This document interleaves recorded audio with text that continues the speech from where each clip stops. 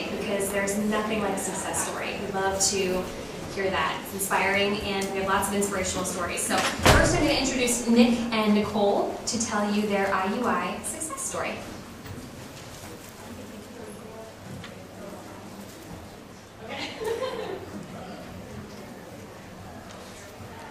Hello. We are Nick and Nicole Chapel.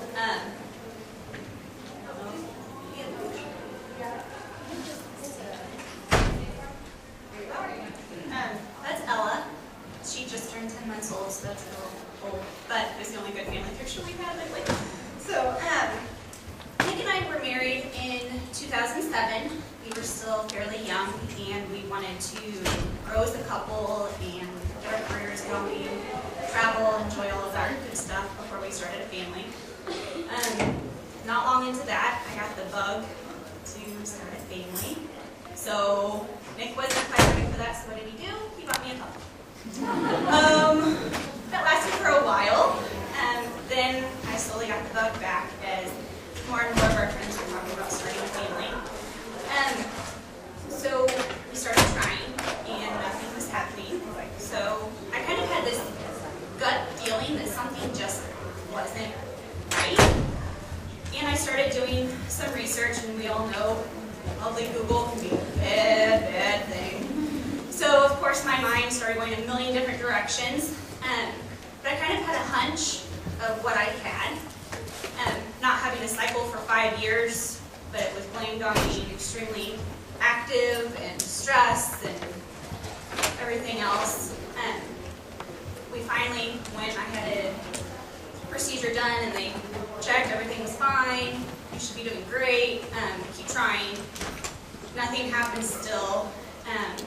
So we decided to go to just my regular OB, and she was like, I think you might have PCOS, polycystic ovarian syndrome. We're like, okay, what do we do? And she said, well, I'm going to be flat out honest with you, Clomid's not going to work. And I'm not going to be able to do for you what you probably need. So she said, I suggest you go see a specialist. Well, with that news, we were like, oh, where do we start? We hadn't even gone down that path yet of, where do we go from here? So we decided to go and enjoy our vacation with our friends overseas, and we came back, and then we started pursuing it a little bit more, still trying all the while, thinking, oh, maybe they're wrong. Maybe they're wrong. And a coworker had told me about some friends at KCIA that were starting this conference, and it would be great, full of resources. And I was like, sweet. Came home, told Nick, hey, we need to go to this conference. I think it'd be really great for us. And he's like, sure, sign us up. So lo and behold, we went that year, 2 years ago, and we won about 5 different things. We made no friends then. No. We didn't know there were going to be prizes that you could win and everything, so we were over the moon. We won some different stuff, and then at the very end, we won a free IVF consultation. So we were like, done deal. We were sitting there after all the doctors had talked, and we were like, oh, you know what? We really like this one, but we like this person also, but we think they might fit our personalities better. So we decided to go with one person. Well, that's who we wanted the IVF consultation with. Well, we started the process with them. Nick checked out A-OK. We're good to go. It was all me. So we went through all of the testing stuff, had the big test done and everything, and the doctor was doing the first ultrasound, and I will never forget his face. I'm laying there looking at the screen, and all of a sudden his jaw literally hits the floor. And I'm like, take it, that's probably not a good sign. Listen here, please. Yeah, and so all of a sudden he's pulling out the keyboard and he's typing in TNTC on my ultrasound for each of my ovaries. Too numerous to count. He said, I've never seen a case this severe. And I'm like, oh, well that could probably be why I had an ovarian cyst the size of a grapefruit at one time, right? He goes, oh yeah, and you're probably gonna have more.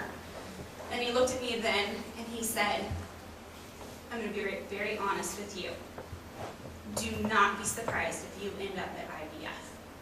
I have never seen this before, do not be surprised. And so, we sat there and we were like, well, do we go straight for IVF or do we give ourselves a chance, not knowing what my body can do? We decided to start small and work our way up. We started with pills and injectables. And the first round, nothing. My body was so messed up, it was ridiculous. So the first round was just a wash. We decided to go for a second. I was able to have a cycle, but the IUI didn't take. After that, we tried for a third. It still didn't take. And so you kind of know the drill of you try 3 and then you move on. Well, we sat there and we're like, well, technically that was our third. Do we try again and spend our money here, or do we roll that money into IVF? We're not sure. And we're like, well, you know what? The first round of IUI was just, it was nothing. So should we just count it or not? Well, we didn't count it. We tried IUI again, and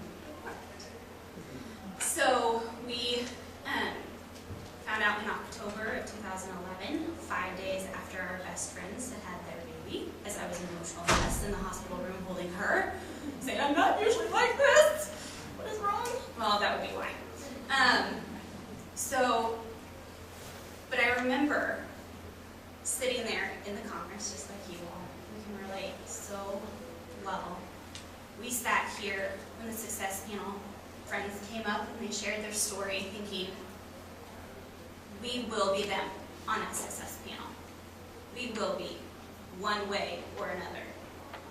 That will be us. And that was our mantra the entire time. One way or another, we will be on the success panel. So we know where you are coming from, and by golly, I hope you dropped your names in all of those buckets out there, because you guys are going to get great rewards from that.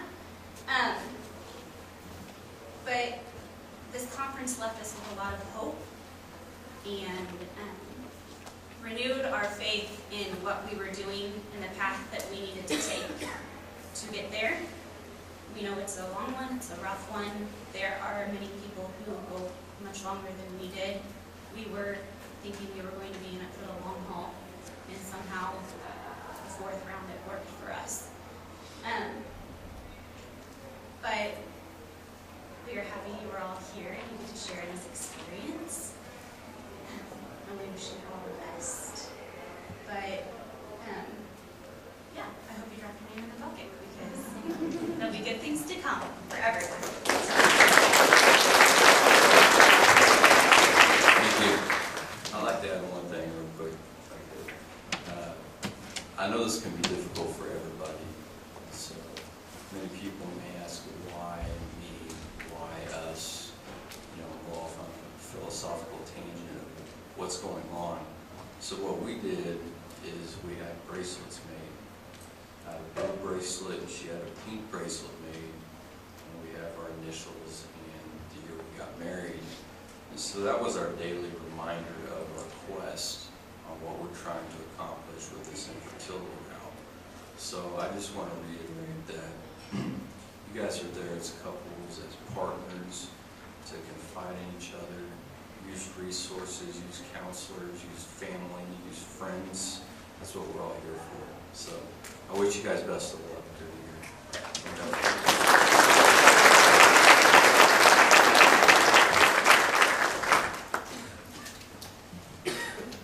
And now I think it's a face you might recognize. This is Jana to share her story of IVF.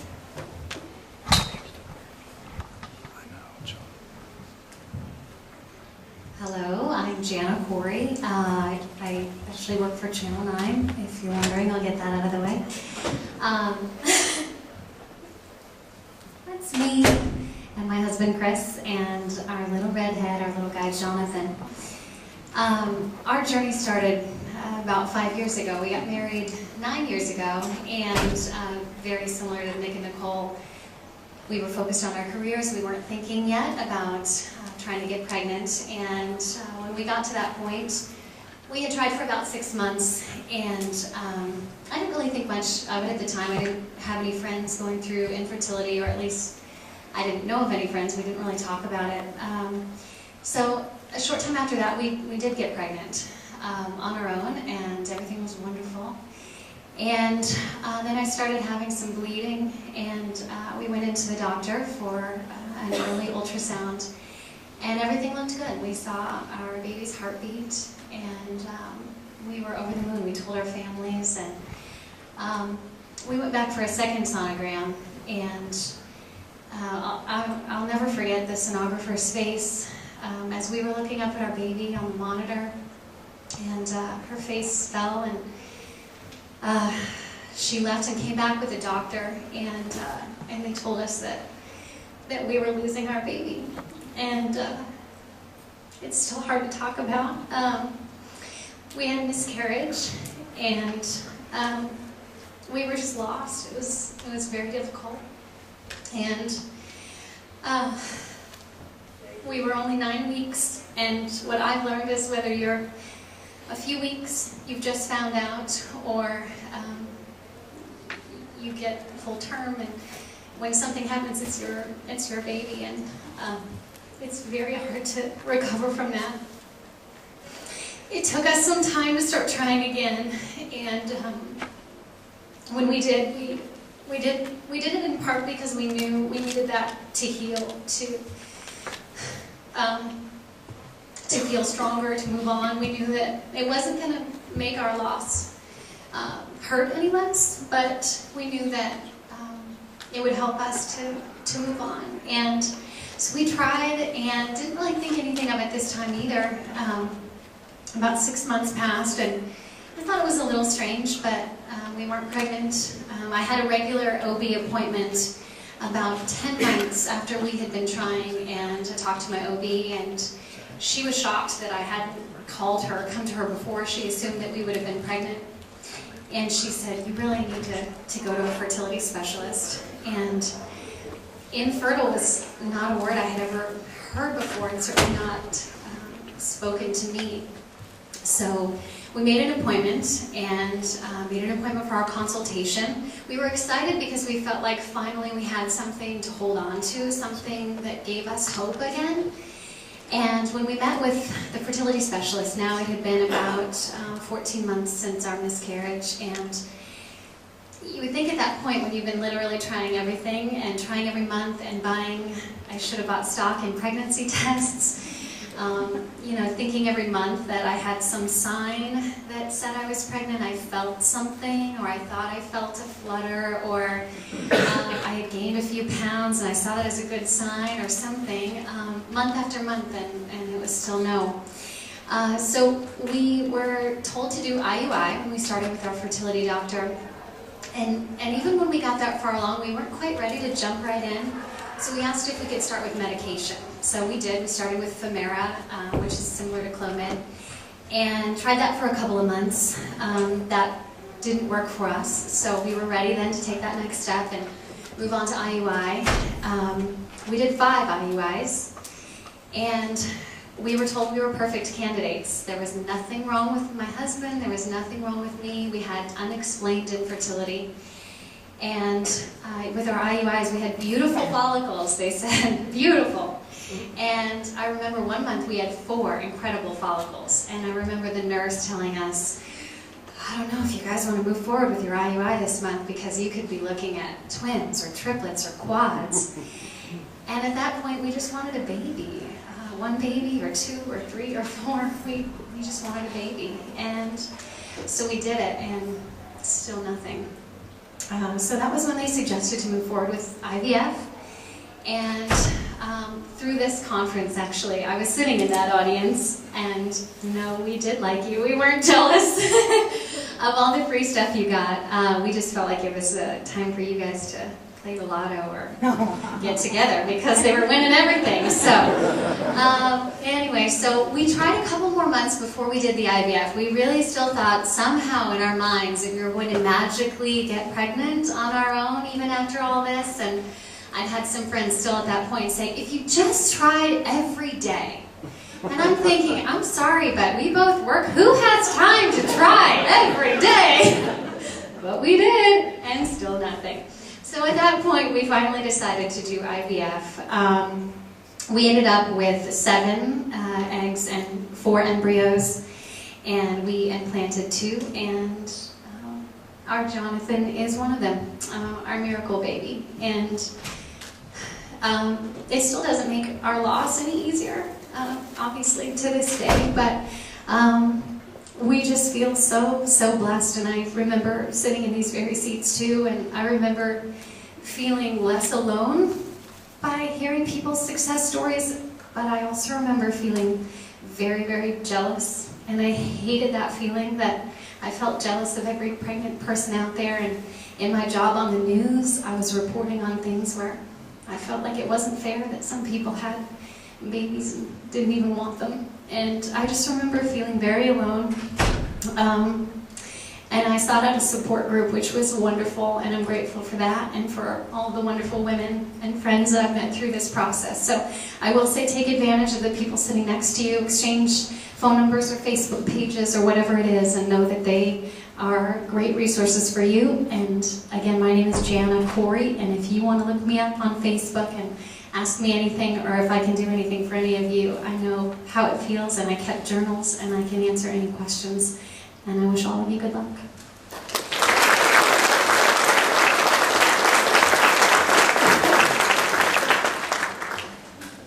Good job, Jana. Okay, Brian and Amy would like to share their story now.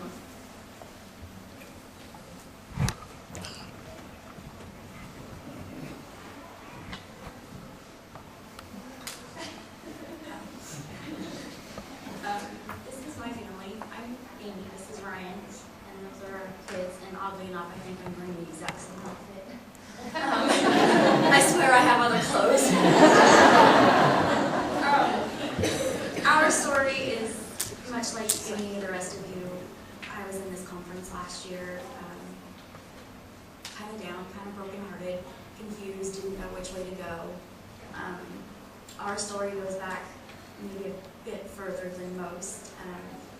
I was raised going to a camp for children that were raised in foster care.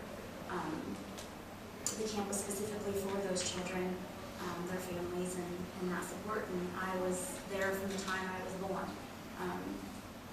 getting to know these amazing children and their stories and their awful histories. And that kind of grew in me this need to one day adopt some of these children.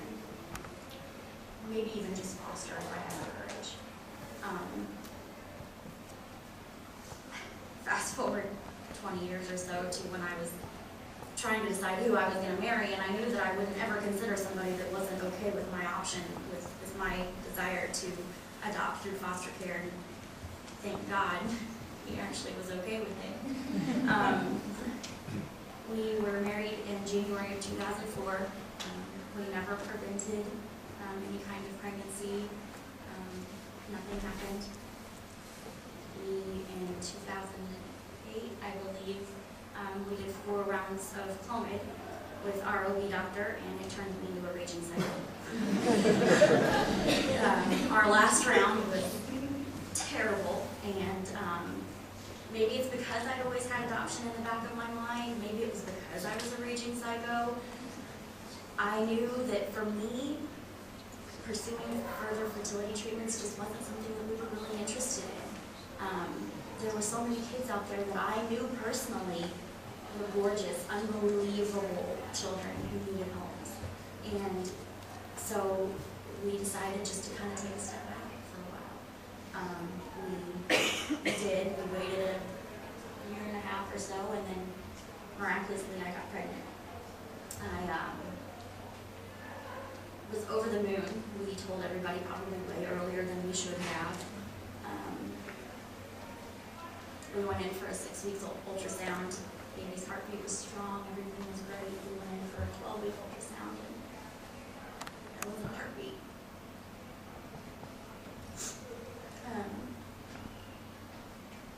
I don't know that you can really describe the feeling of sitting there in the chair, looking up at the screen and seeing the baby that should be moving around just sitting still, and feeling like all your hopes and dreams are just still with it. I had to have a DNC, and after that, I just pretty much said, you know what, this is all for the birds. I'm done with all of it. This is too hard. I'm not interested in pursuing anything right now. So again, we took another break. About 6 months later, we had some friends of ours that were foster parents, and they had a little boy that was coming up for adoption, and they opted not to adopt him. He was 18 months old and absolutely the most gorgeous little boy I've ever seen. And so we decided to get licensed as foster parents and try and adopt this little boy. We went through 6 months of training. They climb up your butt with a microscope. Oh my gosh, they are in your home. They are inspecting everything. They're doing their job, and it's very important that they do it, but man, it felt really invasive at the time.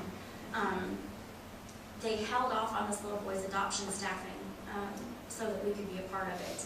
At the last minute, they added another family, and they chose the other family in the end. So again, we were heartbroken. We were, at this point, licensed foster parents, but didn't know what to do with it. We, again, decided to take another break. I think I am just too emotional to keep on going, so I have to take pauses every now and then. I would get calls all the time asking, we have this child that needs foster placement, or we have these children that need foster placement. Are you interested in foster care? Are you interested in taking this child? And every time when I would get the call, I would say a little prayer on the, just on the phone listening, and every time I felt like I wasn't supposed to take this child. And it broke my heart. Every time I'd see the phone number on my phone, and I would just be so tempted not to answer it because I was so afraid that I have to hear this child's story and then say, no, I'm sorry, I can't take him, because I just didn't feel like it was a good fit for our family. Every time I would get the call, I would pray about it and just not feel like it was a good answer. Until I'd heard about KCIA kind of in a roundabout way. I had a coworker that knew Allison, and told me about the Sisters of Hannah support group, and I dragged my best friend to the October 2010, 11 support group meeting, and met with the other ladies that were having some of the same struggles.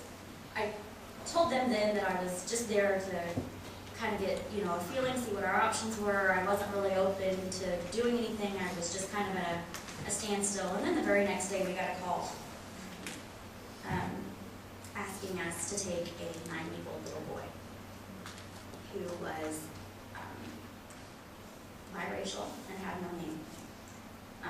His circumstances were such that his mother had decided to place him for private adoption. The private adoption fell through, so she was not able to give him a name. The adoptive family was not able to give him a name, so he was baby boy. I heard that and I just couldn't say no. I couldn't do it. And I called Ryan and I said, if you don't want to take this little boy, you're going to have to call him and tell him because I can't do it. And Ryan called, and then he called me back and said he's going to be here at 5:30. We had 2 hours of notice for our little bundle of joy, who was not a bundle of joy. He was severely drug exposed. He cried for 2.5 hours straight that night, but we were so blessed. We had family and friends show up with tubs of clothes for us because we had no idea what we would get when we would get it. High chairs, strollers, you name it, it showed up on our porch. We didn't know what his little path was going to be. We fully intended to be able to send him back to his family. That was the plan, that was the goal.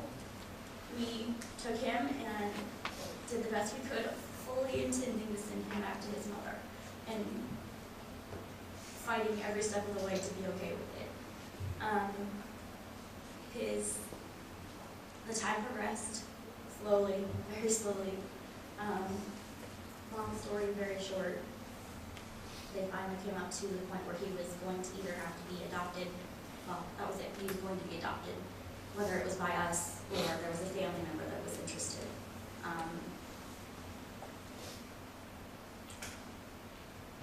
I don't mean to discourage anyone from foster care adoption because it's a wonderful, wonderful thing, but it is the most difficult thing I've ever done in my entire life. They chose the family member and we decided to take the state on because we felt like they were making a mistake in putting him with that family member. So last September, we hired an attorney and we decided to take the state on, and we won.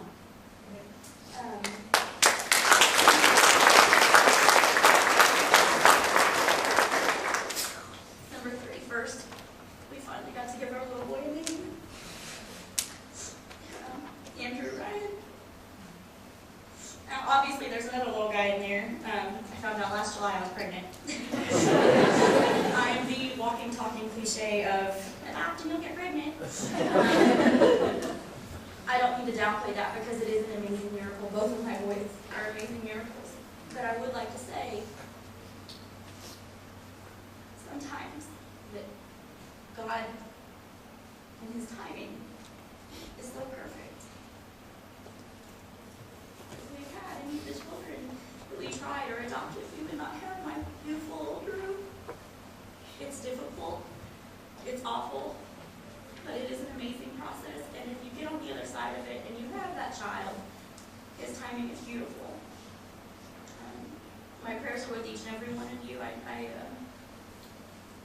know how hard it is, but I do want to give you hope that there are ways to have a family. On a side note, in a more practical manner, adopting through foster care, while it is a difficult, heart-wrenching, god-awful process, it is paid for by the state. There are a ton of kids out there that need wonderful homes, and I'm sure any one of you could go to their home. In addition, daycare is provided until they go to school. They have insurance till they're 18 and get a monthly stipend.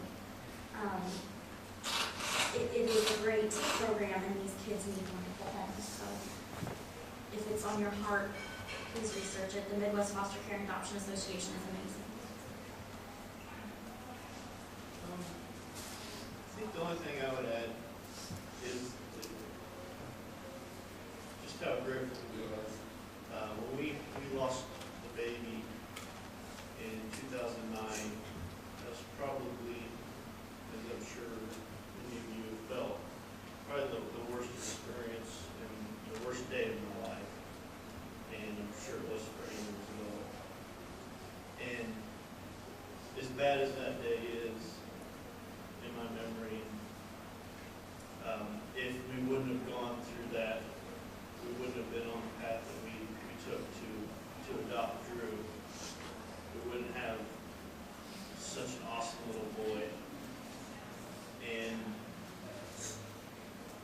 I truly believe that the reason that we didn't get pregnant with number 2 until after we got Drew was that we probably wouldn't have gone through the adoption. We wouldn't have taken him if we would have been pregnant at the time. So I think the timing for us, we lucked out, and it worked out to where we're able to have 2 very beautiful, amazing boys that we're lucky to have. So I have to have just to keep your head up when those days are bad. You know, we've all had them, but just keep your head up and look to the future, and hopefully something good will come out of it.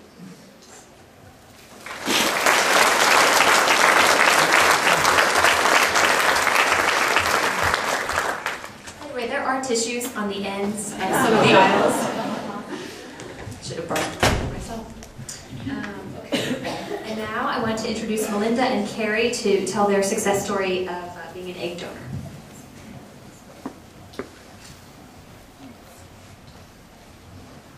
Thank you. Wow, great stories. My name is Melinda Parks.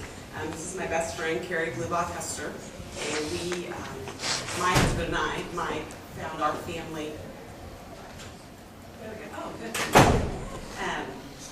Had our family through an egg donor. You can see my husband and I and Mackenzie, who's now 11.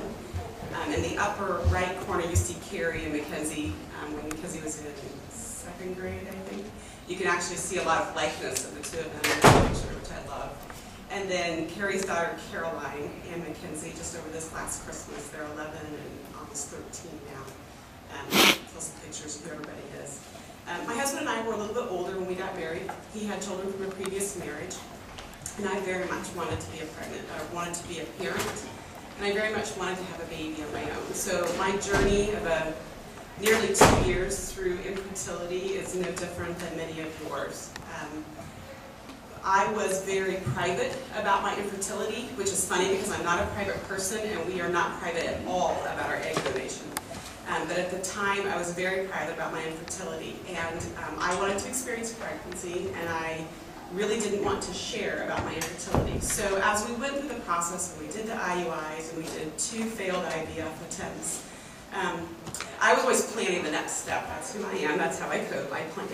And the next step was always an egg donor, and because again, I wanted to be pregnant and I didn't want to be open, and I knew that adoption to be successful required a lot of networking with everybody in the world that you know, and I think it's wonderful. I just don't do it, and I knew that about myself. So I was kind of, always pre-planning that next step. I did not take breaks along the way.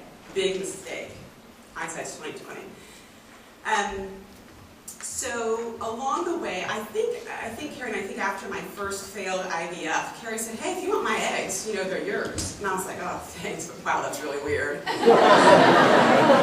Thanks, And I didn't really have anybody else. I didn't have any sisters or any sort of logical donor for me. I have a cousin here in town, but she was older than me, not that she was too old, and she wasn't offering. Even when Carrie had offered and I told her the path we were going down, she never said, "Well, I would have done that for you."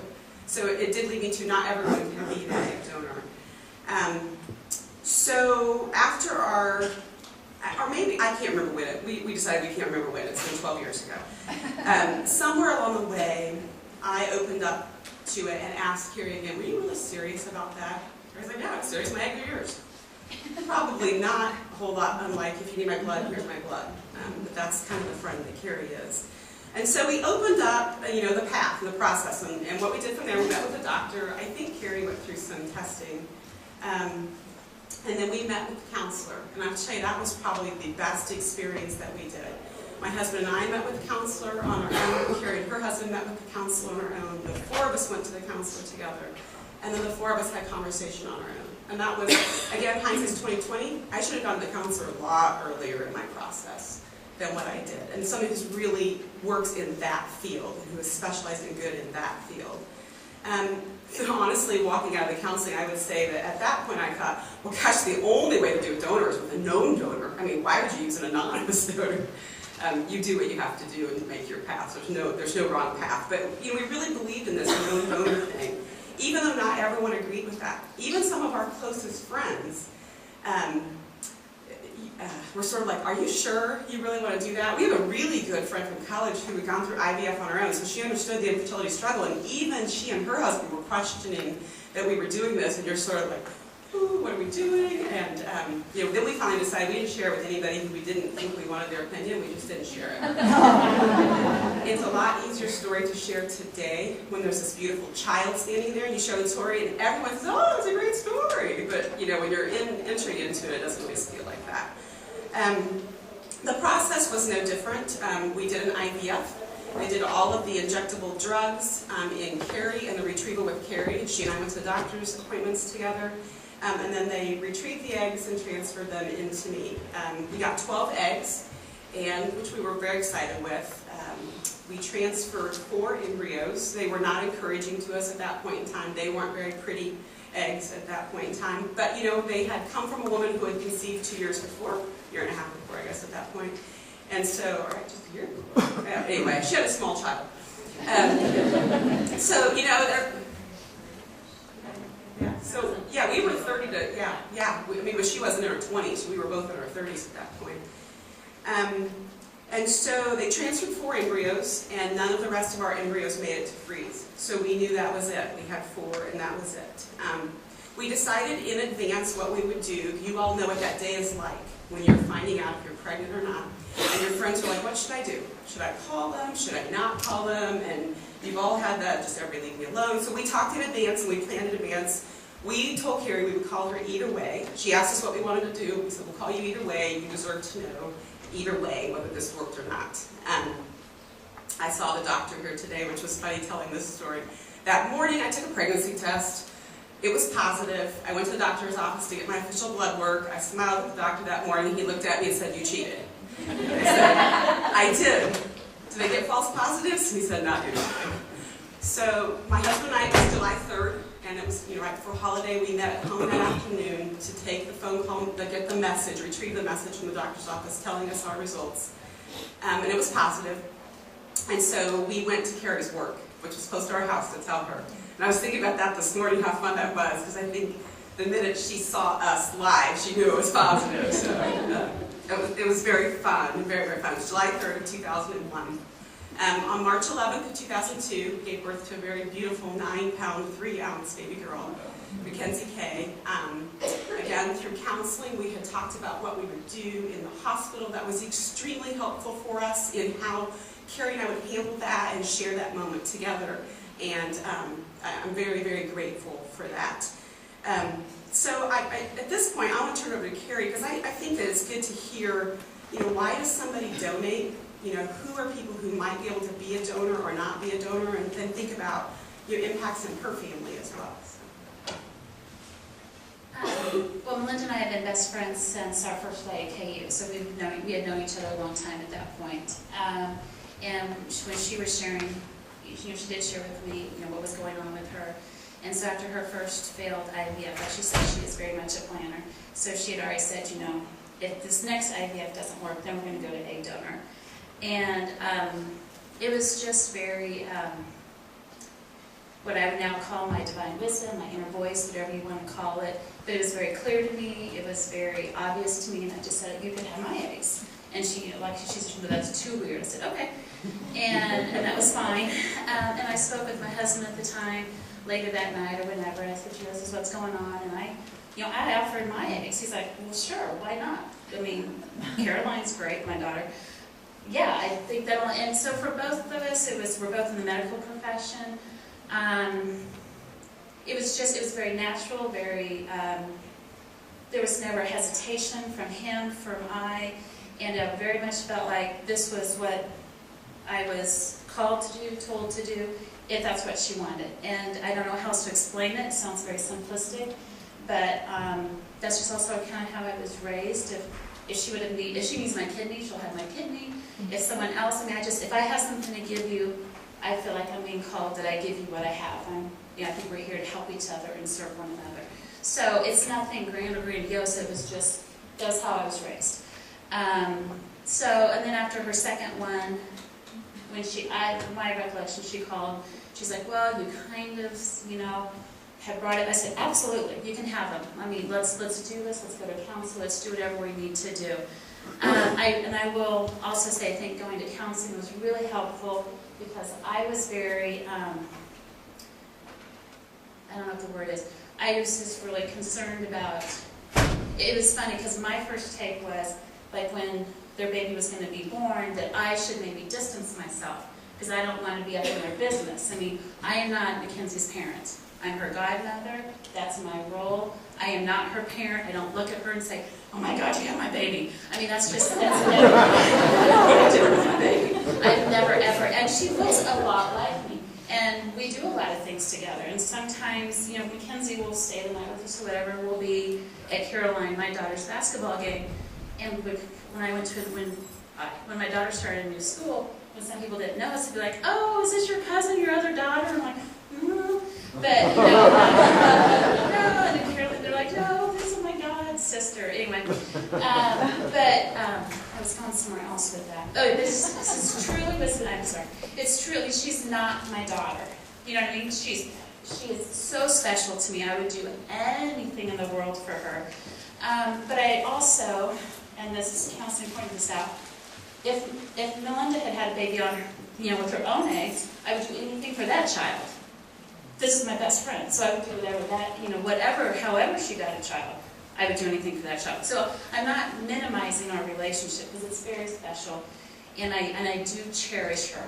But I just want to reassure you, if you would ever consider a donor, for me and my story, my experience, I'm not parenting. I'm not feeling like I need to parent her child. She's doing an amazing job, and it's her child to parent. You truly parent the child and the children that you raise, whether it's egg donor, adoption, or whatever. So anyhow, in counseling, I was like, well, maybe I should just distance myself. Maybe I don't come to the hospital. Maybe I wait a week or two. And the counselor was like, this is your best friend. Why would you do less then? Would you ever not go to the hospital when Linda had a baby if she was just, you had a regular experience? Well, no. Well, then never do less then. And it was very helpful information, things that, and of course I was just trying to protect the situation. But I probably would have been hurt. Right. So those were really, really helpful conversations. And again, it was all with good intent. But right, what I would have thought was good intent would have been perceived as hurtful for her. So I don't know. That's my 2 cents. Okay. So I don't get a lot of words in edgewise. The counselor advised us to try to have a role in Mackenzie's life, or Carrie to have a role in Mackenzie's life that society recognized. And I think you heard her reference. We had Carrie be her godmother. That's really helpful, although most people who know us well know that Carrie is her egg donor. We are very open about it.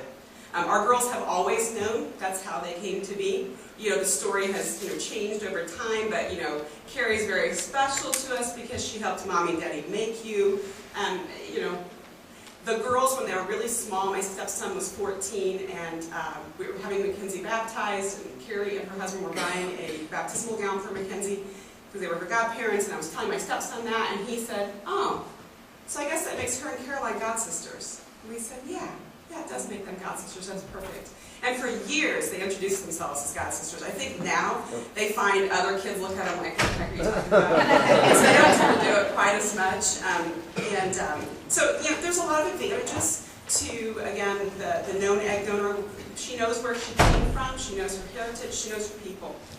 And our families are very close. She has a big family. She doesn't just have my family, my husband's family, she has Carrie and her extended family as well. Even her in-laws at the time. Everyone was sort of extra interested in her, and that was all really good.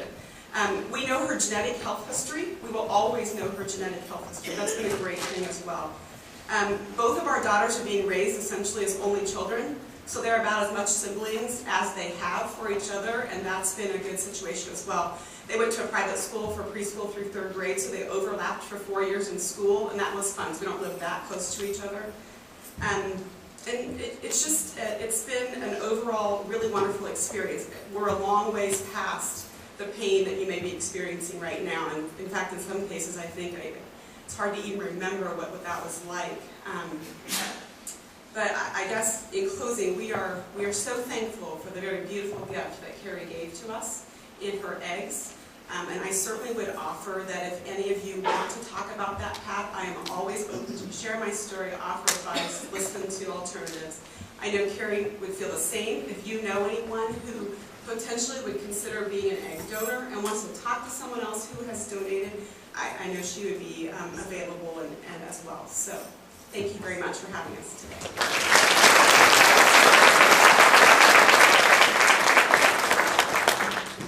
Everybody for sharing great stories today. I think we need some more prizes. Yeah. We didn't steal these from the prize closet.